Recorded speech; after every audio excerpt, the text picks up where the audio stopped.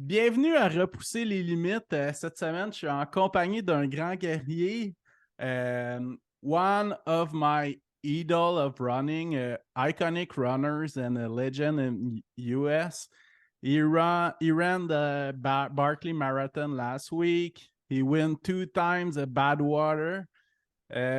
He ran a lot of 24 hours race, and he did win in 2021 the Big Dogs Backyard Ultra in 85 hours. So, Harvey Lewis, it's an honor to receive you on the podcast. Thanks a lot to accept the invitation. Merci beaucoup. And Jean-Francois, it's so nice to be here with you. I love connecting with like other community and running groups all around.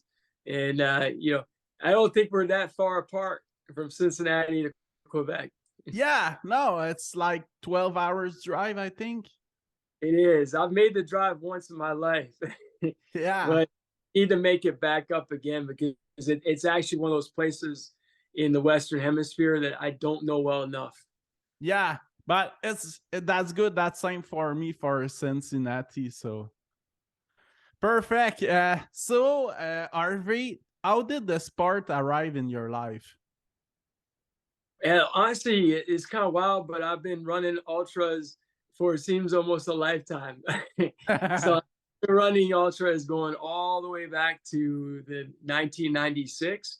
And what happened was I had an older family friend, Audrey Schroeder, who her dad ran a marathon, and she's like, "Oh, I've got to take you out to see this event." So she took me out to see this 24-hour race, and we did a couple laps walking with one of the runners at the evening. And I just was like, this is so bizarre. I never heard of anything like this. But it was very interesting because, you have these little subculture in society.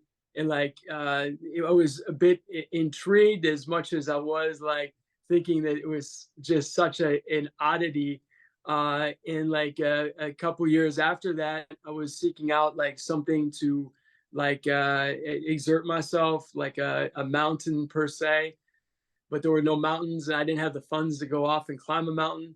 So it dawned on me that, oh, what about that crazy race that our family friend Audrey took me out to see, the fans 24-hour race. And so there it was. And I jumped into that race and I gave it a few months to get ready for it. And I really connected with the running community in the race. It was about 100 people in the race. And it just really was something that got me on this journey. And it's been kind of it's been such a thrilling experience because I've gotten to meet people like yourself and like others in all sorts of places across the planet that I wouldn't otherwise have gotten to meet and share such a common bond with. Mm-hmm. Nice. Yeah, the running community is so rich, like a lot of nice people. Yeah, that's very nice. So you have run a lot of 24 hours race? Yeah. Yeah, I guess you could say that's like my bread and butter.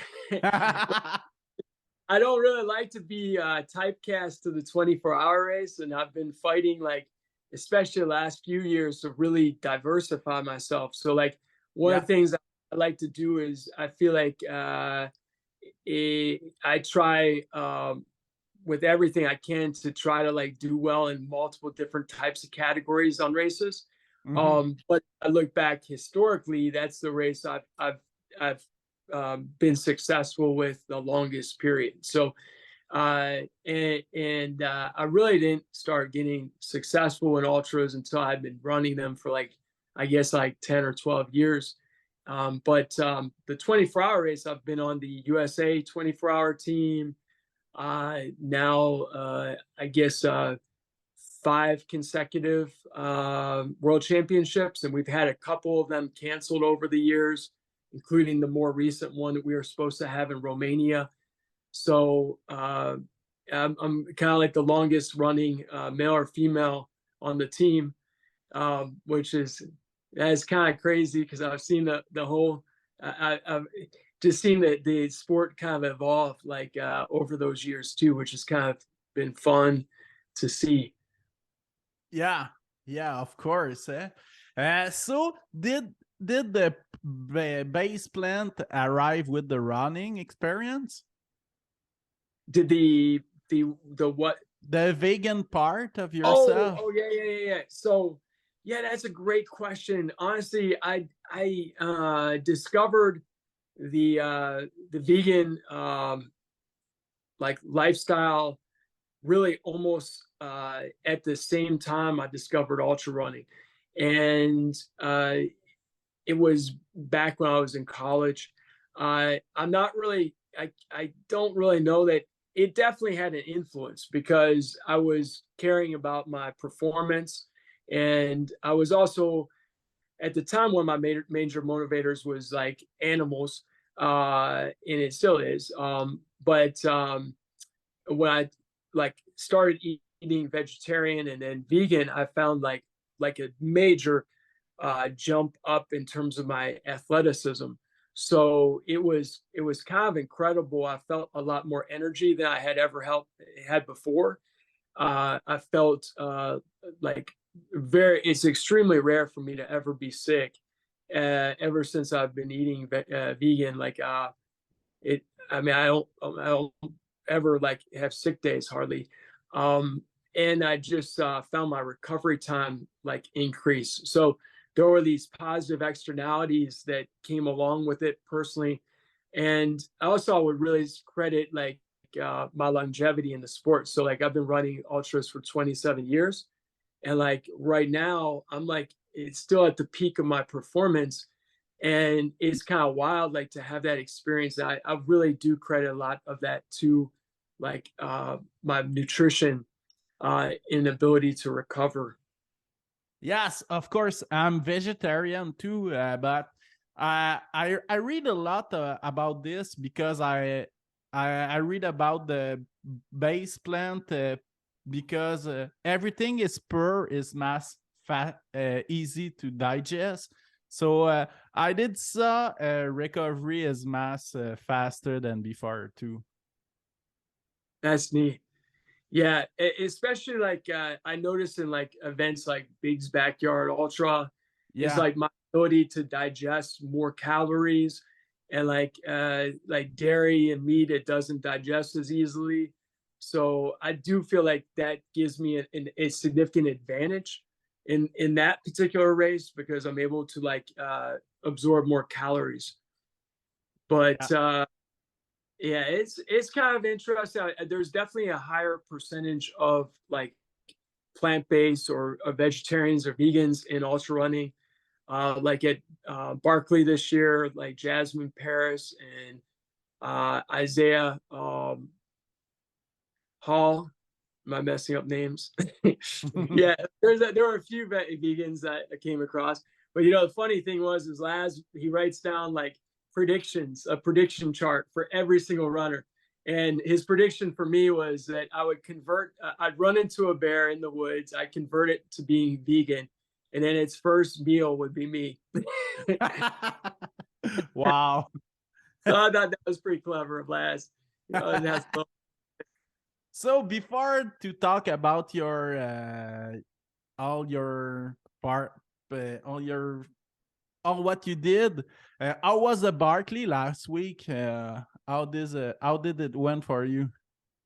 well, you know, honestly, it was just absolutely an incredible experience. I really look at it as being a very complex moving puzzle, Mm-hmm. and it's like a gauntlet. So you Yeah. have so many like mental decisions to make Yeah. uh, throughout the whole race, every step, literally, because it's largely off trail. You have to like navigate. It's not simple navigation. I mean, you can improve a lot in it. Like this year was my second year, and I felt much more confident with my navigating. Yeah. Yeah. And last year I followed an amazing runner named Greg Hamilton, who's a world champion of Rogaine. I followed him around loop one. We did it in like 8:37, which was pretty fast loop. The fastest runners were 8:06, and his navigating was just flawless. It was really something amazing to watch, because he would literally run with a compass and a map, and he's running down the mountain off trail, hopping over logs, going over rocks, like stepping on like all kinds of loose organic materials that you can't see underneath, like because there's leaves there. And he's running faster than I am, like down the mountain. So, I mean, I was just so impressed to see such skill in execution. But so this year I was proud of I only made it to the second loop. In fact, I missed completing a second loop by literally like 10 minutes. And I really tried to push the last 3 books. But unfortunately I just didn't make it. And so I was able to improve on my navigation. In fact, like the first loop, I led 2 virgins, which we call, anyone that's running Barkley for the first time is referred to a virgin. Anyone that's run a race before is a veteran. You know, all the runners are Barkers. So I was leading two guys, one from Belgium, Thomas, and one Piotr, who was the reigning Big's backyard champion from 2022. And like we had not planned to team up, but we basically had the same pace by the time we got to about book 3. So it was fun to like show them the way and to lead the path. Like and I didn't make any major mistakes, which was really cool on the first loop. But the second loop, I made some mishaps. I like was looking at my compass in the dark, and I just like was too overconfident. Oh, I got this. And I literally looked, I turned my dial off by 10 degrees. And so I caused us to drive about like, 0.6 or about a kilometer off like the direction that we were supposed to get to at the bottom of this mountain. And so we had to like look at the map and like reorient. And it was cool. We were able to like figure out where we were and like to get ourselves back on course, which that was to me like a victory as well, instead of just saying like, okay, I'm done, I can't do it.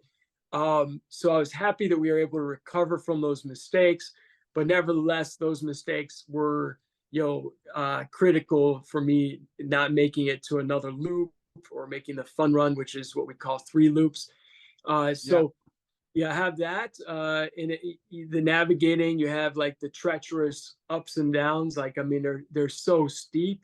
I pulled a muscle on like the going to the 4th book in my groin, and it wasn't catastrophic, but it definitely like had like a little impact on my ability to like use force upward with my left leg to 100%.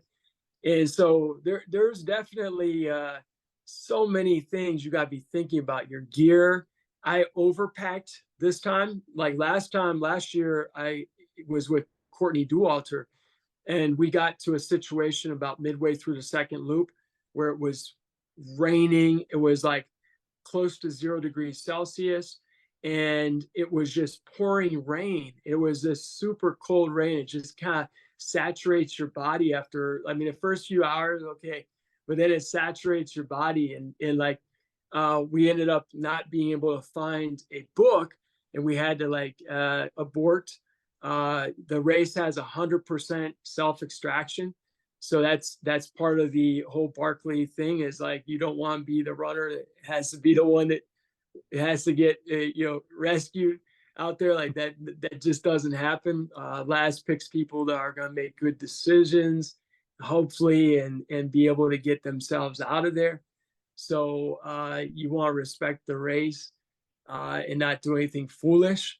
But it was really special, and I enjoyed every single member of the race, as well as the crews.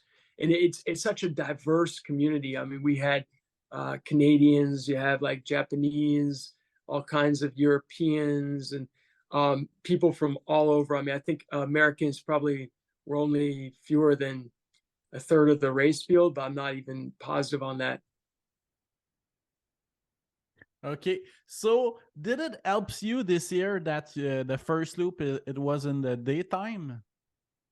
Yeah, I don't know. I was talking to runners about that before the race, and they were saying that some people were saying if it starts at night, it could be a benefit because then half of your loop is going to be in the daylight each time versus having like a loop that's almost all daylight and then a loop that's almost all nighttime. But really, the Okay. way I thought about it is that I'm just going to be thankful with whatever time it is, and like you can't let it psych you out because Laz is like, I mean, there was just an article in the New York Times from this Monday, and that would have been like the 20th. It was titled like something like that life is not fair. So Laz wanted to make a race that's not fair. But he basically creates like this race where there's all kinds of like uncertainties. And it's very uncomfortable for a lot of us runners. Like, we're used to having like, okay, we know we're gonna like start the race at X time, and we know like this and this and this are gonna occur. We know the route, or we know this. Well, in this race, you're not gonna find out like the absolute route until literally the 2 or 3 in the afternoon before the race starts, and the Mm-hmm. race start anytime from midnight to like noon the next day. So there's all these moving pieces on the puzzle, which makes it really exciting. And it also really stretches your mind. I mean, like, I felt both years like that mentally, it just, I felt like it caused me to have to grow and be stronger mentally because of like those tough, like, thing is that you have to like constantly like be evaluating things in your mind while you're dealing with the normal things like monitoring your pace and like nutrition and like you just have to you cannot mishap. Like there's so many like things you could go wrong in your race. Okay. In all your experience running, what is the element you find that is more challenging you in the Barkley? Yeah, I would say that rain in like 0 degrees Celsius, right? A little bit above 0 degrees Celsius.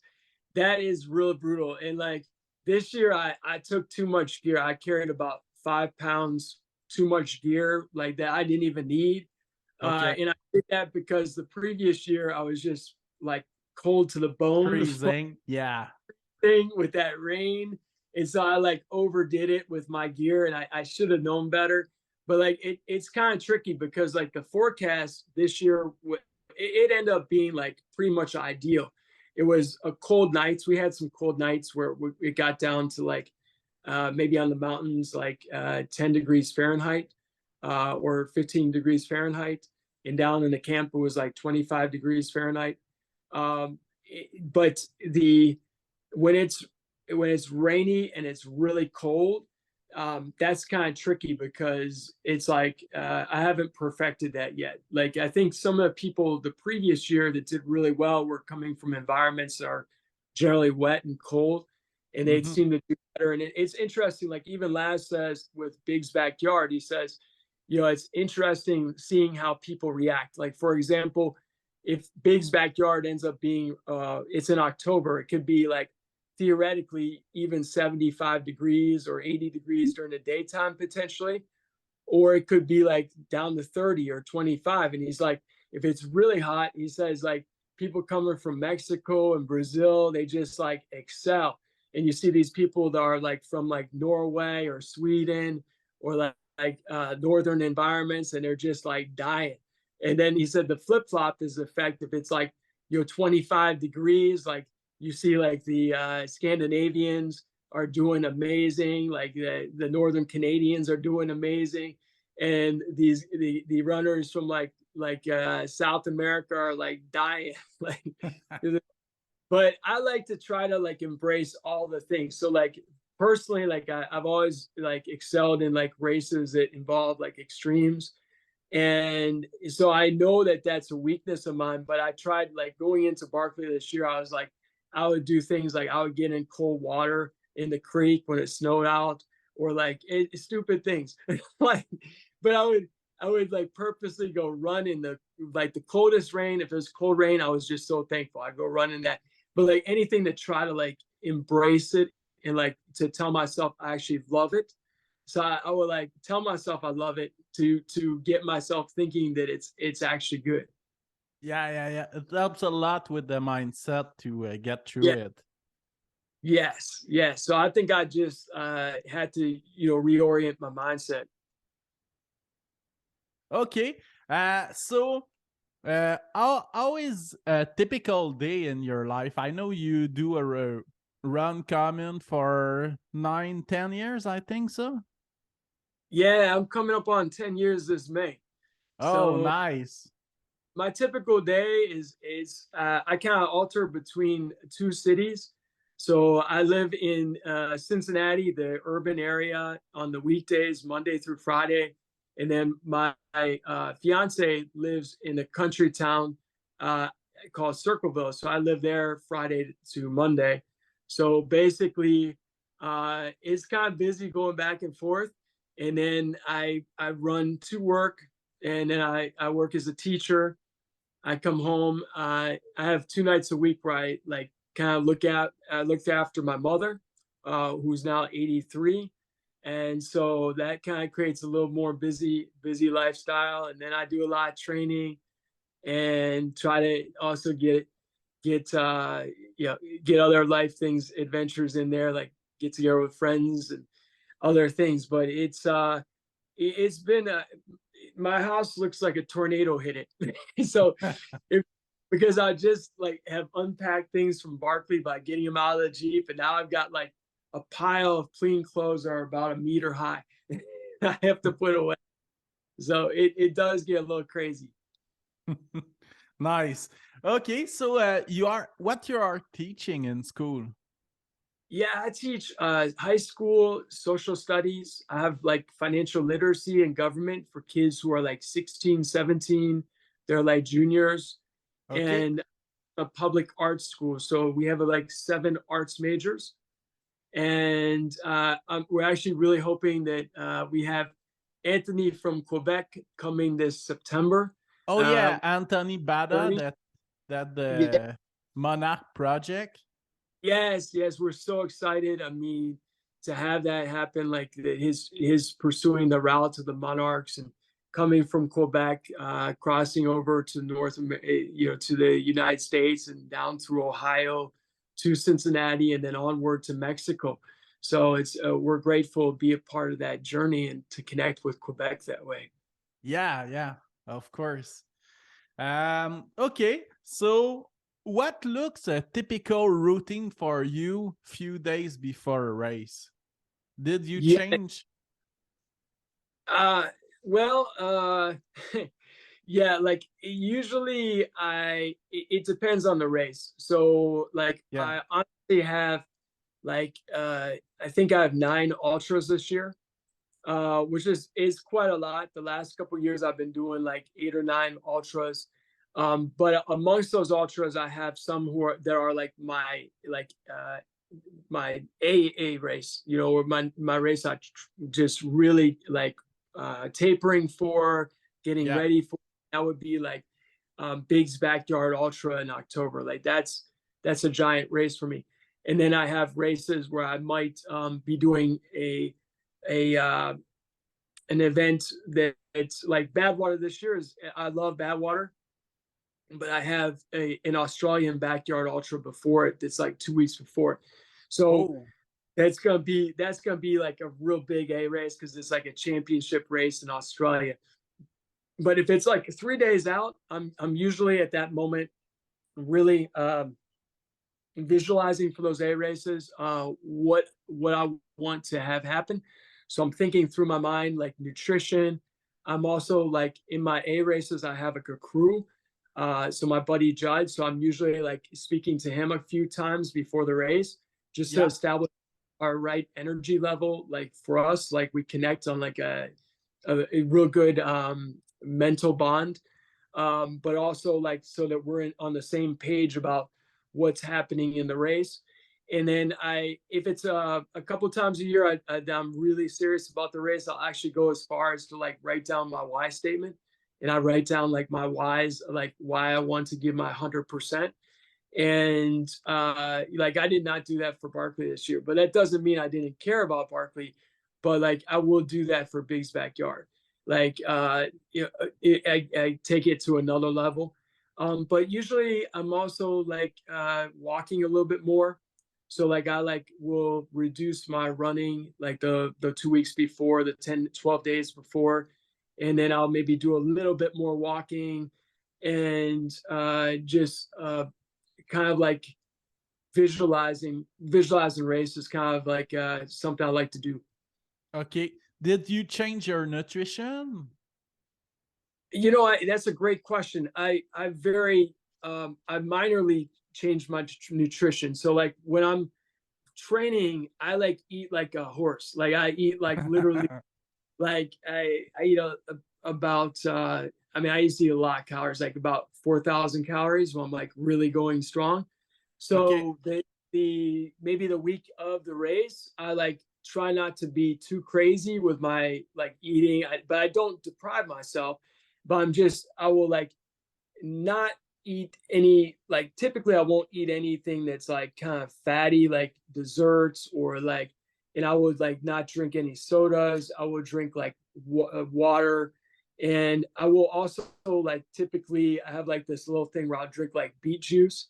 And I never really drink beet juice that frequently, but the week of a very important race, I purposely drink like beet juice like 2 or 3 times.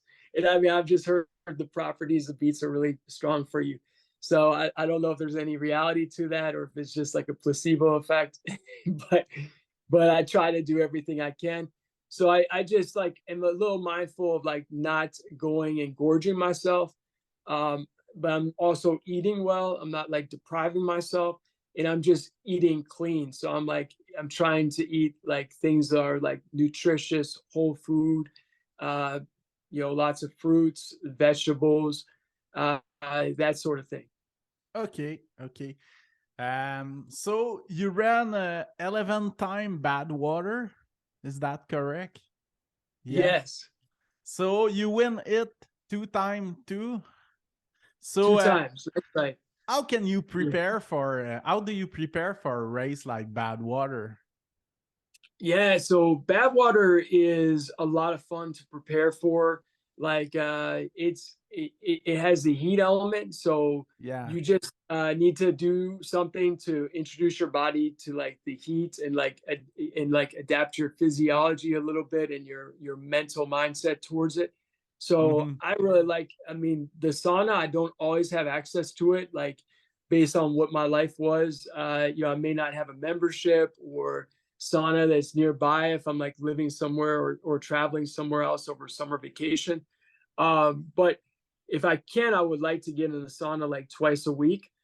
Okay. And that's phenomenal. And I really like the sauna is kind of like I went to the sauna last night and I'm trying to like work out the kinks of this groin I pulled the muscle with. And the sauna is kind of like a nice way to kind of sometimes work out the kinks. So like, some types of muscles and things like that can help too. But Mm-hmm.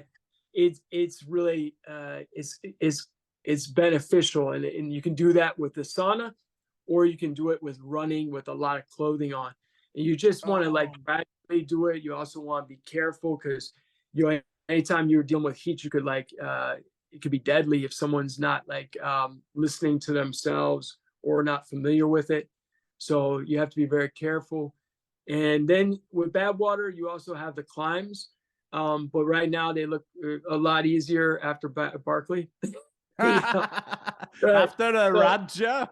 yeah, right. After Raja, I'm gonna look at those climbs in bad water and just be like, no, not that bad. Right. No, but it does. It has Badwater has 16,000 feet of climbing over 135 miles.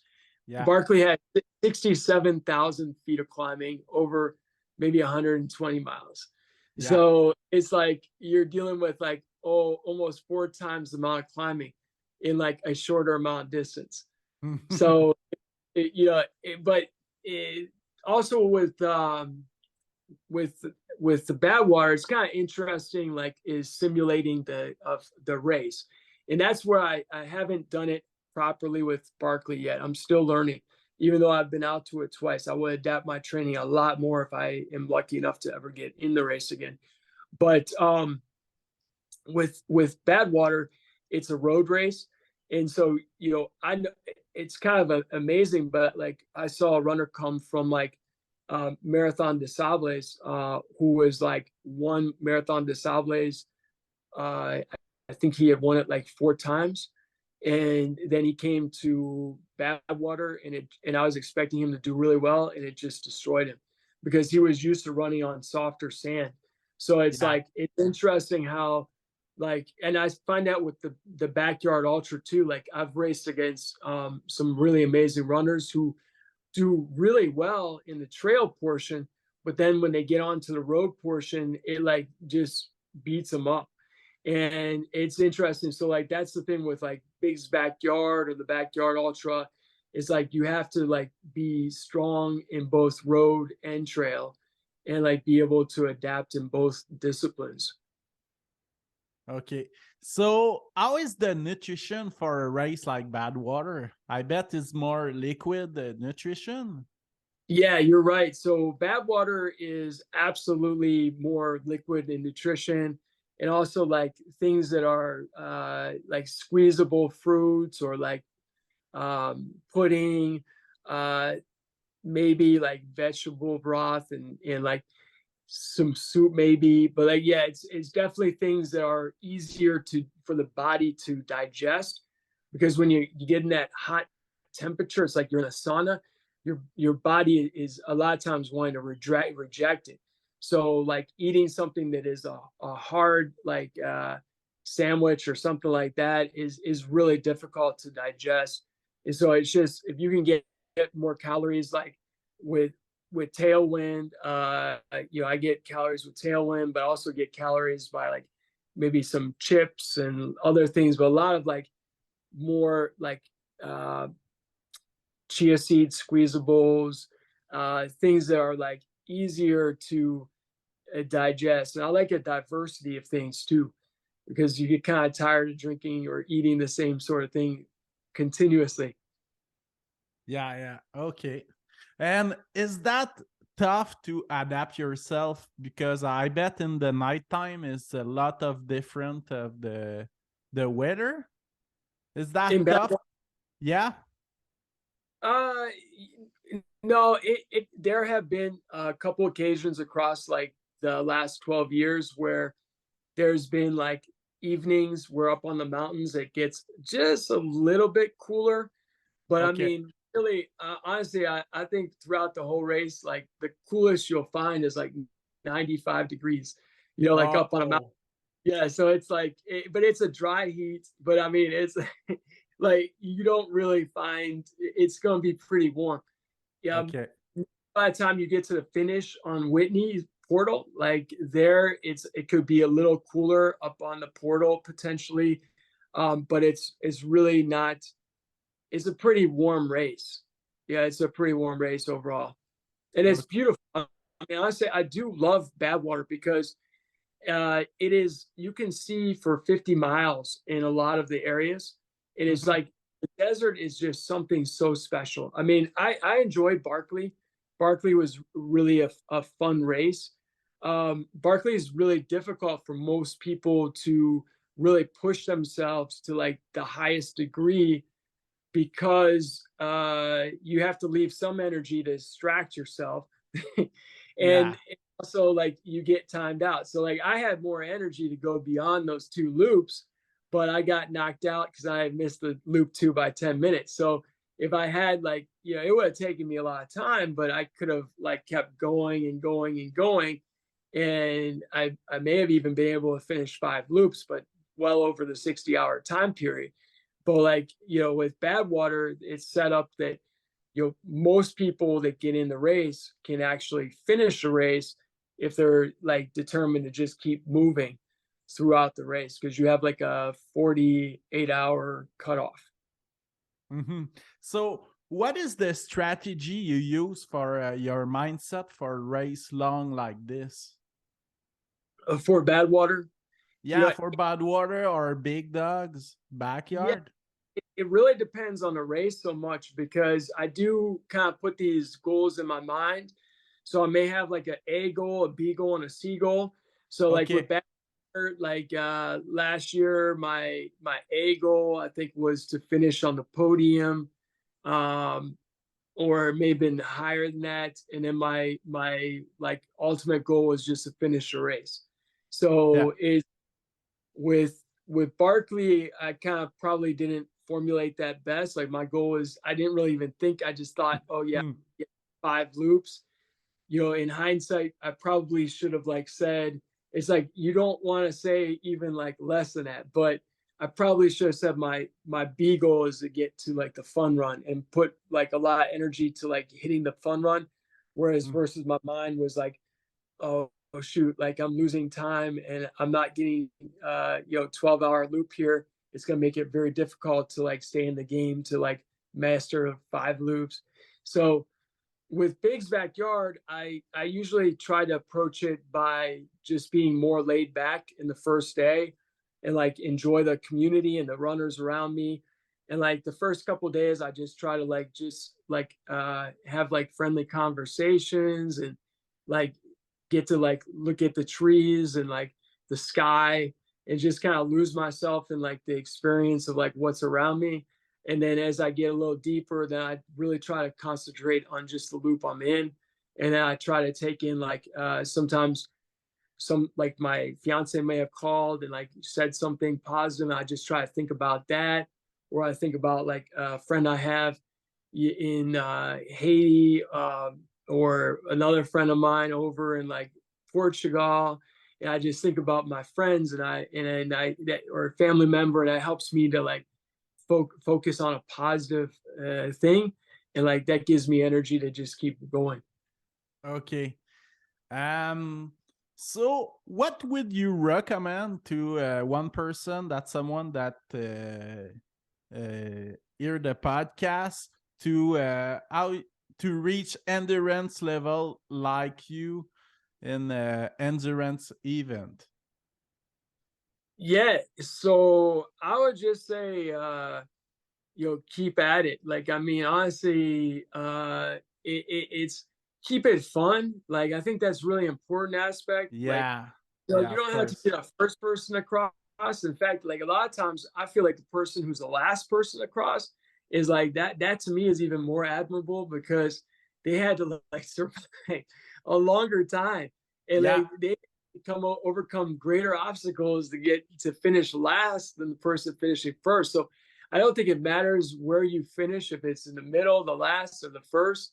Having fun with it, like those are the bigger things. And like, but I think we also have it. We like doing this, like it's like a game to us as well. So we always are trying to improve ourselves, and I think that's an awesome thing. So try to find. Don't beat yourself up about something. Try to find a way to look at the positive aspect of it, and then like try to build on whatever you've done. So like with Barkley, some people might look at that as a failure to have missed the second loop by 10 minutes. I look at it as a success, and like that I improved on last year. And then I got some positive skills from the experience.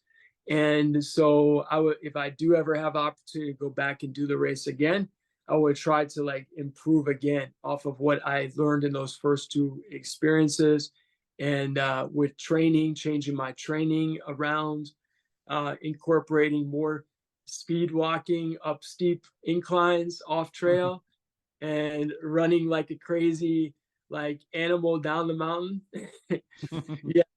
So those are the things that I think that, just having fun with it, finding Yeah. what you have fun with. Like that's important. What do you have fun with? Getting out in the nature.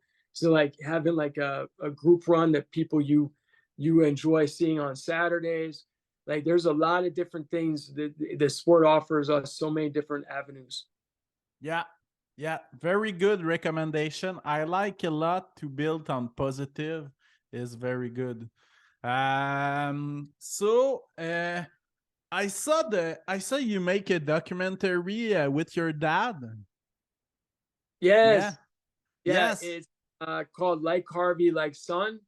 Yeah. And in fact, I've got like a little memento from the experience on the Appalachian Trail.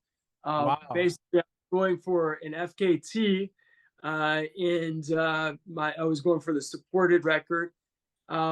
We had an incredible experience. My dad basically like drove a van along from Georgia all the way to Maine and like handed off drinks, and we crashed in the van together and had all these wild encounters with black bears and boars and you name it, minus UFOs. So it was quite wild, and we're Road ID produced it. I hope to have some positive news about where people can see it from a streaming source in the next few months ahead. Okay. So how did the documentary arrive on that? And how do we come up with the plan for it? Yeah. So basically, Road ID, they make these nice ID bands, and in fact, they've made a couple of special ones recently. This is Dream Big, and it's got like the American Southwest. Basically, all the funds with this particular band went to a scholarship fund for my high school students. Oh, But nice. we did a commercial going back in 2017 in a place called the Red River Gorge, which is absolutely stunning down here in Kentucky. And we had a lot of fun. I really liked the film team. And I said, well, guys, I have a little like secret I'd like to let you in on. And I'm planning to go for this FKT. And if there's any shot you guys might like to do something with that, I'd love to team up. And they're like, tell us more. And so it kind of all started from there. And the man who directed it, Rudy Harris, he has a small company in Cincinnati, but this was his first time making a feature-length documentary. And he's a man in his 30s. He had like a lot of passion behind it. He's a very creative type. And so for him, it was just like one of those projects he'd always wanted to do in his life. And so it was really fun to work with the guys that were part of it. Everyone on his team just like went beyond and above. Like, I mean, it's like they worked around the clock in editing. I mean, like all the detail and attention. It was something that it was like a project of love, or it's like they went well beyond like the earning intake for the efforts. So I'm it's for me, it's like I'm grateful. Like my parents are aging, so I'm grateful to have had that experience with my father and to have captured on film. And if you're interested in like the curious about the Appalachian Trail, or just ultra running in general, or just like how we managed to survive as a father-son team for 50 days, it's kind of it's definitely a fun piece. So definitely hope to get you the details on that once it comes available. Okay, nice. So how was the experience with your dad with almost 2 months together? Yeah, it was honestly my dad and I. We've had some wild experiences before, but he often like we debate each other, like especially when it comes to apps.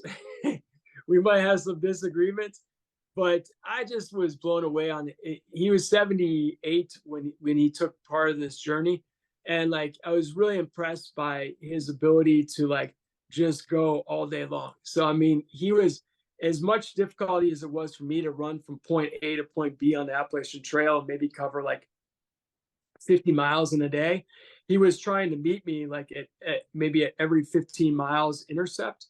And so it was really difficult driving this old work van in routes where there's no road signs. I mean, it's very difficult. You have to drive this van to find like an old gravel dirt road where there's no markings, and you find like an intercept where the trail goes past it, and then stopping, preparing some oatmeal, like handing out food to other through hikers that are going past. And then at the end of the night, setting up a tent or hopping in the van. So we had like a really priceless experience together, and we had a lot of other friends and family and other people we encountered on the trail that all were part of the adventure. So it was kind of a wild experience, and I don't know if I think I probably would have been able to do it alone. Yeah, yeah. So do you have other project like the Appalachian Trail you want to do in the future? You mean like a long journey like that Yeah, yeah, yeah. with film? Yeah, well, with film, we do have, there's a gentleman from Frankfurt, Germany, who's coming to shoot. He's planning to shoot the Big's Backyard Ultra. And so that will be very interesting because he's shooting it with like no narration, and like Okay. it's a very interesting style of documentary. So that will be fun to be a part of. But like in terms of like long journeys, I would love to run across America one day, but it's with my teaching schedule and needing to look after my parents a little bit. Now is not the time. So Yeah. I would imagine, but I don't plan to stop running anytime soon. I have a friend who's 101, Mike Fremont, Oh, and yes. Yes, it's he very is, nice to follow you on the social media with yeah, Mike. Yeah. so he's still running 3 days a week, 5 miles. So I don't look at like running as being, I mean, I don't count on tomorrow. I always trying to like appreciate today. But I still also think that, there's a lot of opportunities to continue to do these things ahead. So I would love to like run across America one day, or like part go explore other places, like definitely the Santiago, El Camino de Santiago comes to mind, like going across Portugal or Spain. That would be an amazing route to take. And certainly, my dream is to go to all the countries on the planet, although there's a good couple handfuls now that I don't really see that happening anytime in the near long future. But I do like running, and I love coming together with people in other countries with running. So I do hope to go to Ukraine again, or make it to Ukraine when that's feasible again someday, and also visit a lot of these other places on the planet. Okay, nice. So did Mike Fremont is inspiration for you? Do you picture yourself like this in the future? Well, I don't know if I could be, only a shadow of Mike. He could do like more pull-ups than I can right now. He could do like 12 pull-ups. But it's, yeah, I would definitely, he definitely helps my mindset to see like that aging is definitely just a piece of life, and that he is actually more happy, he claims, today as a centenarian than he ever has been in his whole life. So it's kind of neat because it breaks up that sort of like stereotype that we may have, that like, okay, once you hit a certain age, certain things are over for you. And like Mhm. Mike is saying that that's not the case whatsoever. So like with myself, I also hope to inspire people, like being them 46, and I'm like yeah, I've made the top 10 lists of ultra runner of the year in the United States the last 2 years. And like I never made that list my whole life up to that point. So it took me like 25 years to make the Laz did tell me, he said, well, Harvey, like since you all you need is 3 more years to make 5 loops. Since you made first year, you made one and a half. This year, you almost made two. So like just 3 more years, you'll be able to make all 5. Yeah. I guess a little like demented mindset, because I just keep thinking it's possible. So with the aging, do you find it's more tough to go faster and it's better to go longer? Yeah, I really haven't hit that place on the curve, although I'm expecting it to happen like any year now because my friend Mike Fremont, he has shown me the data, and like usually I think it's around like 45 or 46. You see like there's a little decline in like terms of like performance on like the marathon charts and things like that. So it is in my mind. But what I've been doing is like trying to tweak my training to make myself stronger. Mhm. So like I incorporate like weightlifting once a week, and I've incorporated like I run with a backpack on my run commute, so it's like weight resistance. And I like see Mr. Miyagi, who's like an active release therapist, and I eat like more whole food, plant based. And I try, even though I'm doing that, I try to kind of improve upon that and not eat as much junk vegan food as I could. So I'm trying to tweak things, but I do realize that like life is not like infinite, and I have to like take advantage of like the opportunities. And like there's still a lot of things I'd like to achieve running wise, and I hope to be able to reach more people. Yes, amazing. So let's talk about the Big Dog's Backyard Ultras. So is that in 2021? Is that one of the course that you have been talking a lot? People recognize you with this race, and I think it's one of the race that make you more famous. Yeah, definitely. After winning Big's Backyard, I think we had like I think maybe like 15 or 20 media requests, and like Ooh. yeah, like I mean maybe even more than that. It was a lot. So it definitely was uh probably arguably the biggest, like definitely the biggest achievement I made in running at that point. And it was a wild roller coaster, I guess you could say too. Like I dreamed about it. Like it was my dream to win the race. And like I had thought about it that whole year, and it was really like a surreal experience to have that actually come true. When you really dream about something and you work really hard towards that goal, and then it comes true, it's like so rewarding to oneself. And like for me personally, like it had been 25, 26 years of running ultras, and it was no straight shot. It took a lot of times of going back to the Barkley over and over and over and over again to get to that moment with Big's Backyard. So I mean, my first ultra I ran like 81.3 miles in a 24-hour race. And I mean, I ran 24-hour races for a long period. I mean, it was I think it took over a decade before I like hit over 113 in a 24-hour race. So I mean, it was a long time. And there were periods in there where I like decreased, I went down, and then it went up again. So it's interesting. The path was not a straight shot, and it was not easy. So when I got to that moment, it was just a real like uh heart. It just really like hit me. Like I was just really just moved by the whole experience. So you ran for 85 hours. So it 354 miles. Is that correct? Yeah, it's that's the distance.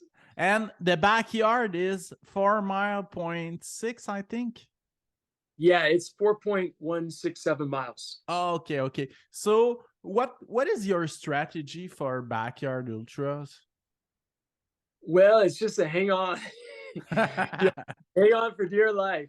Honestly, I've been watching. Yeah, like for example, this last weekend we had Ohio backyard here. It's actually one of the strongest backyards in the country. I think that in like Capital have been like the top couple across the country in the last few years. But I went out to the race to cheer on runners, and it's very interesting looking at the race from the outside, looking in, because it is a very challenging. Like, you have to constantly be working on your mindset. You have to constantly be looking after your nutrition and like what are you wearing, like monitoring yourself, like trying to be as efficient as possible, and also trying to capture some sleep. Especially when you're going into like 4 days, like you get really sleep deprived, so you're trying to like catch your sleep. So there's a lot to yeah, I'm gonna have to like definitely like increase my I'm gonna have to go up in level like for the competition this year, because people, it's just the tremendous competition. I mean, we have let's see, I think about 50 some countries, and there's like runners. We have the Belgian runners that hit 101 hours in the race. Mhm. Now, granted, on a different type of course, and I think they'll see like Barkley or Big's backyard course is a little different than the Belgian course. It'll be interesting to see how they respond to that. I'm sure they'll do great, but it's just going to be a battle royale. So I mean, you have basically 65 people who want to be the last person standing, and that's incredible pressure. So I can't just go in with the normal. I cannot go in with my same format that I have in the past. I have to strengthen that if I'm have any chance of succeeding to be the final person. Okay. So, how did you manage like the running in night? Do you power nap when you arrive after 50 minutes, 45 minutes? Or how do you manage your time? Yeah. So, basically, especially in the evening, I would try to lay down for like 4 or 5 minutes, and Okay. try to like get that little like nap each hour. And you just it gets challenging sometimes. Like, I remember this year, I felt tired from like the first day. I don't know, I was very busy in the fall, and I had like done a lot of I was just managing a lot of different like things, and I think I overdid it, and so I went into the race being like just kind of worn out. And Okay. I remember like the second night, I was really sleep deprived, and I was like fighting it. And I remember just like falling asleep while running, just like literally like falling and then catching myself as I'm falling asleep. And it was like, oh, this is just rough. And then you just struggle through those moments and like those laps. And then it's wild, because then once you get through some of those struggles, you can like overcome that, and then you start feeling better again, and it's like, how's that even possible? But yeah, it's kind of wild. So it's definitely a mental trip with the 2021. Like, we got into this really sort of crazy energy force like the fourth day. Like, I think it's parts of that fourth day, like I felt more energy than I had the whole race. And I think we were just so like fired up, like Mori from Japan, and then Chris Roberts, and myself. Like, Mori and I were going pretty head to head at it, and Chris was kind of like being smart, like laying back, and like we were just attacking each other, like running up hills and hollering in the woods and all this stuff, wasting a bunch of energy. So, I bet after 80 hours, you do have hallucination. Well, they weren't like severe hallucinations. Like, I think like Carl Sab Sabo, he was having some significant hallucinations in Barkley this year. But for Biggs, like, I remember I was just like, when Courtney and I were going head to head in 2020, and we were really kind of collaborating at that as well, because we were racing against another team in Belgium. I can remember starting to hallucinate a little more, and seeing, like, it's just seeing things like that you know it's not like actually there. It's like you're just looking at the light, and then you see like a cat, or you like look at the trees and you see like, you know, things that aren't there, but you know they're not there. It's just the light, your mind's interpretation of the light. Like I don't know, I think of one of those blots things that the psychologists give to people, and they say like, what do you see with this? And it's just like the brain just starts to interpret shapes and like make up stuff. So I didn't really, a little bit maybe, but not a lot. Like, and I'm just kind of used to it now, like having a little bit of the hallucination, but not a lot of hallucination. Okay. Okay. So what is the most challenging on those races on the big backyard? Yeah, I mean, it could be different for everybody. I would say it's been different depending on the race. In 2021, like the most challenging moment probably for me was actually about mile 170 something. I remember that I was just really like kind of struggling, and I said to my crew friend Judd, I said, you know, I told him privately, I said, hey, you know, I'm really kind of struggling. If you have anything you can say to me to help me through this, I'd really appreciate it. And he said, just imagine you're running to work and coming home from work. I don't know. It worked for me. Like, so then I just thought, like, that's so automatic. I don't even think about it now. I don't debate. I just like go down, put my shoes on, and I go out to work. I don't even like think about the whole experience. Yeah, So yeah. doing bigs, you know, it just became, I just was like automatic. Okay, I'm just running to work. Okay, I can do that. All right, I'm just running home from work. And it Okay. worked. Yeah, yeah, it's good idea. Good idea. Um, so so you visit more than 100 countries with your running project. Hmm. That's nice. Yeah. Is there some country you didn't visit you want to visit now? Well, yes, definitely. I'd love to go to uh, New Zealand. I'm actually going there this summer, so I'm excited about that. Nice. Also, South Africa. I've never been to South Africa. I'd love to see South Africa and comrades. I would like to definitely like go to also. I would like to see um, in the country in the Himalayas. Let's see, what is the one that's in the Himalayas next to Nepal? It's a small country. They don't allow people to smoke in it. Mongolia? No, I love Mongolia. Bhutan, Bhutan. Yeah, I've not been Okay. to Bhutan. Yeah, Bhutan would be really interesting as well, I think. But I Okay.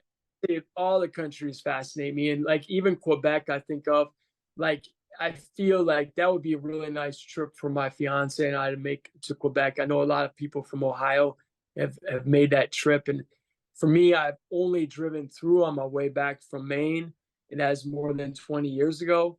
And I really liked like the culture and like the experience there. So I would love to make a trip up to Quebec. Nice. Would be amazing to receive you at the Brabant Ultra. Is the local race here. I would love it. Amazing. Okay. So Reza Hobb also lives nearby. uh You know, right? He's done like a lot of adventure races, and he does a lot of stuff in the Arctic. yeah, yeah, yeah, yeah. He yeah, he lives. I think he lives pretty close by. Yeah, I No, think he lives on Ontario, Gatineau. okay, okay. So Yeah. he's not that. Yeah, yeah. Ray Zab is a very inspiring man. Yeah, Yes, because of course. he's told me I need to come up and do a race up there, and I agree with him. Yeah. Nice. So you have run some of the toughest race in the world. So can you think you can push the limit further? Yeah, yeah, absolutely. I think that it's yeah, often I've been asked like what's the toughest race in the world, and you know it's could be different for different people.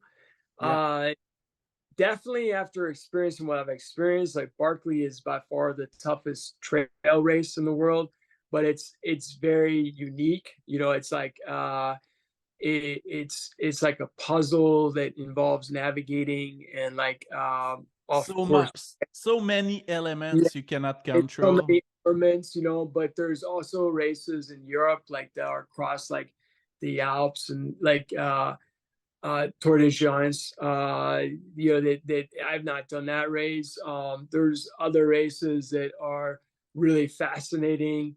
You know, so I've experienced some of the toughest races in the world. I'm also looking forward to doing the Canadian Death Race this summer. Oh So that's yeah. interesting up in northern Alberta.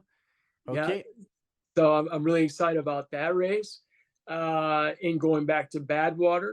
But yeah, I think that's one of the things that is kind of a draw for us is like experiencing different specializations of ultras and also pushing ourselves to like grow, you know, mentally and physically and spiritually. So it's like seeking out enlightenment. Yeah, yeah, yeah. So did you have a lot of spiritual moment in your long ultras? Yes, yes. It depends on the event.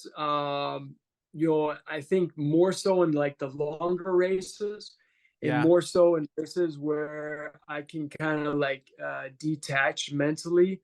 So like I would have to say, like for example, in Badwater, I'm able to get to a more spiritual high than I am in Barkley because Barkley is like, and I'm only using Barkley as the example because it's so fresh and so recent. Yeah. But with Barkley, like my like cognitive mind has to be constantly engaged, like Mm-hmm. every moment. Like there's not like even a couple seconds where I can turn off my cognitive mind and just rely on like you know that spiritual like Zen like moment of just like finding that zone. Whereas like Badwater, I can get into like that mental zone where I can just unplug my thinking mind and I can just you know just get into a real meditative state Mm-hmm. because I can see for like 50 miles and I'm just going there's nobody on in any direction around me and I'm just like flying down the road on the white line. But yeah, it's like it's more easy for me to do that in that type of race. Like to even like a 24-hour race, I can do that a little more where I can just sort of get into a meditative state. And it's like that's kind of fun. Like I mean, I like the aspects of all the different races, but I do like that aspect. I feel like I can get get to that point.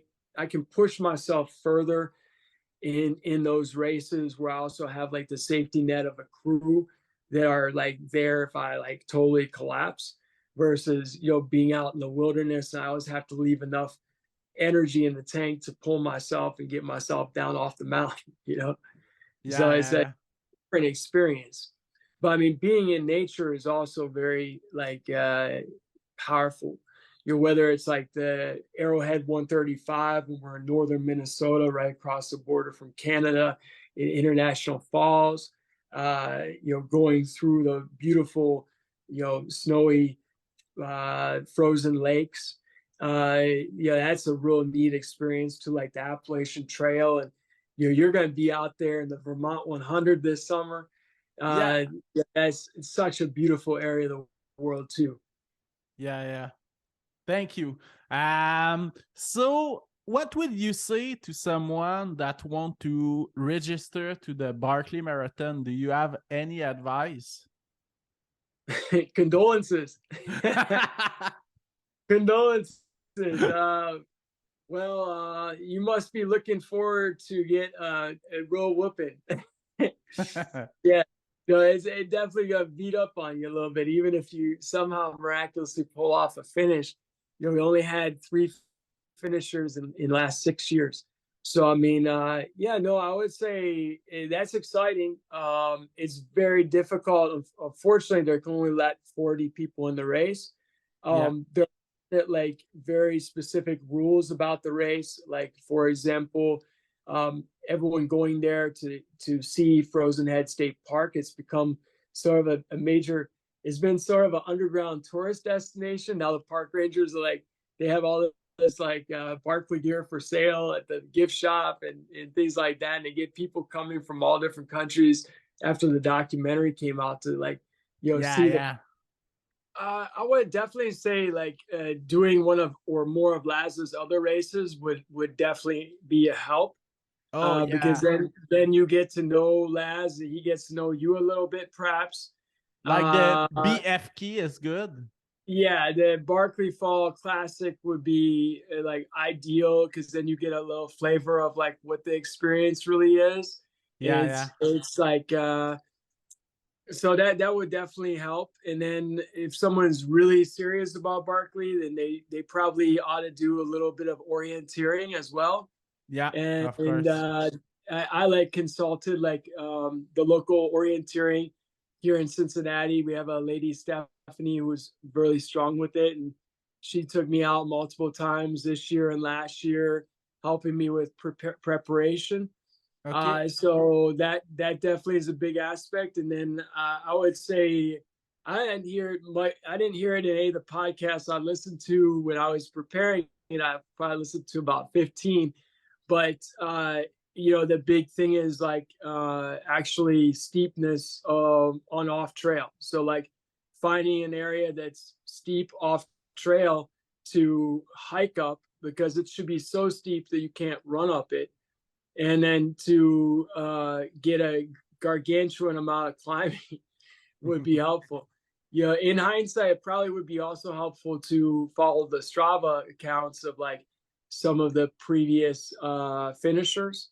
Oh, yeah. So I mean, I think that I did not do that. But in hindsight, I should have done that because it would help me even more to like kind of see what they're doing with training, because that's it just tells you a lot. Yeah, yeah. Yeah. Amazing. So what is the race season for you for this year? Yeah, so it's I'm doing the 25th anniversary of the Flying Pig Marathon. So it might Okay. sound like a little thing, but I've been involved. I've run this marathon every year for 25 years now.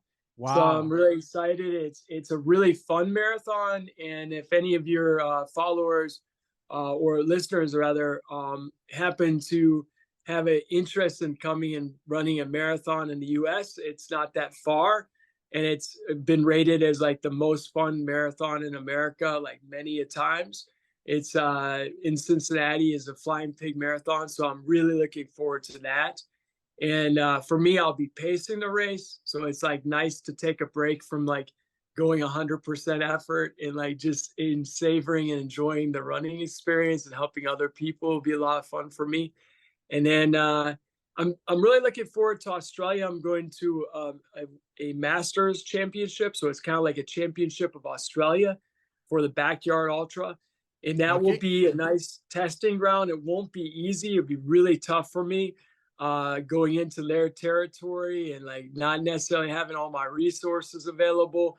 Yeah. So it will be a good testing ground in preparation for bigs. If I can pull off like something down under, that'll help me for prepping for bigs.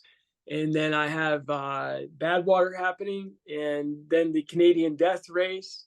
I have the Bigs Backyard, of course, and I'm also I'm number 5 of 6 runners who are slated for the USA 24-hour race or the team that's going to be at the World Championship in Taiwan. So like that race is happening in December, and I hope to make the team still and not get bumped. So we'll see. But there's a few others in the mix but it's so it's gonna keep me busy. Nice, nice. So thank you a lot for your time, and thanks a lot for your devotion on the community. It's so nice to follow you on the social media. I really appreciate it. And Honestly, I love speaking with you tonight, and definitely wishing you well in your Vermont 100 race. And also, I'd Thank you. love to come up to Quebec and run and join you guys someday in a race or just some running up there. Yes, that would be amazing. So thanks a lot for your time, and thanks a lot for inspiration. I know you inspire a lot of people, and so that's amazing. Merci beaucoup. Merci beaucoup. So take care and safe recovery of the Barkley. Hey, all right. Cheers. Cheers. Man, thank you so much.